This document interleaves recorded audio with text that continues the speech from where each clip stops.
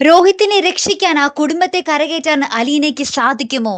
അതേ കൂട്ടുകാരെ, ഭയങ്കരമായിട്ടുള്ള നിമിഷങ്ങളാണ്. ബാലചന്ദ്രൻ ഈ ഒരു വാർത്ത, സ്വന്തം മകന്റെ ഈ ഒരു ചെയ്തി അറിഞ്ഞതിന് ശേഷം നെഞ്ചുവേദന വന്ന് ഹോസ്പിറ്റലിൽ അഡ്മിറ്റ് ആകുന്നുണ്ട് അല്ലെ. അപ്പൊ അലീന നമ്മുടെ അച്ഛനെ ആശ്വസിപ്പിക്കുന്നുണ്ട്. അച്ഛൻ ഒന്നുകൊണ്ടും പേടിക്കണ്ട, എല്ലാം ഞാൻ ശരിയാക്കിക്കോളാം എന്ന് പറയുകയാണ്. പിന്നീട് നമ്മുടെ അലീന ഈ വിവരം മനുവിനെ വിളിച്ച് പറയുന്നുണ്ട്. അപ്പൊ മനുവിന്റെ അടുത്ത് നമ്മുടെ അലീന ഭയങ്കര ദേഷ്യപ്പെട്ട് തന്നെ പറയുന്നത്, തെറ്റ് ചെയ്തിട്ടുണ്ടെങ്കിൽ അവർ അനുഭവിക്കുക തന്നെ വേണം എന്ന് തന്നെ നമ്മുടെ അലീന പറയുന്നുണ്ട്. പിന്നീട് നമ്മുടെ മനു ഇക്കാര്യം വീട്ടിൽ അവതരിപ്പിക്കുമ്പോൾ നമ്മുടെ അമ്മ കമല ഉണ്ടല്ലോ, കമല നമ്മുടെ മനുവിന്റെ അടുത്ത് കുറെ തട്ടിക്കേറും. നീ അങ്ങനെയാണ് ഇങ്ങനെയാണ്, സ്വന്തം അനിയനെയാണ് ഇതാക്കാൻ പോകുന്നേ എന്നൊക്കെ പറഞ്ഞിട്ട് നമ്മുടെ ഹരിനെ കുറെ സപ്പോർട്ട് ചെയ്തൊക്കെ സംസാരിക്കും. അപ്പൊ നമ്മുടെ മനു ദേഷ്യം കയറിയിട്ട്, മിണ്ടരുത്, നിങ്ങൾ ഇനി മിണ്ടിപ്പോകരുത്, ഇനി അനുഭവിക്കാൻ കിടക്കുന്നതേ ഉള്ളൂ, അങ്ങനത്തെ ഒരു മകനെ പ്രസവിച്ചതിന് നിങ്ങൾ ഇനി അനുഭവിക്കും എന്നൊക്കെ പറഞ്ഞ് സ്വന്തം അമ്മേനെ നമ്മുടെ മനു മുന്നും പിന്നും നോക്കാതെ ശപിച്ചു കൂട്ടുക.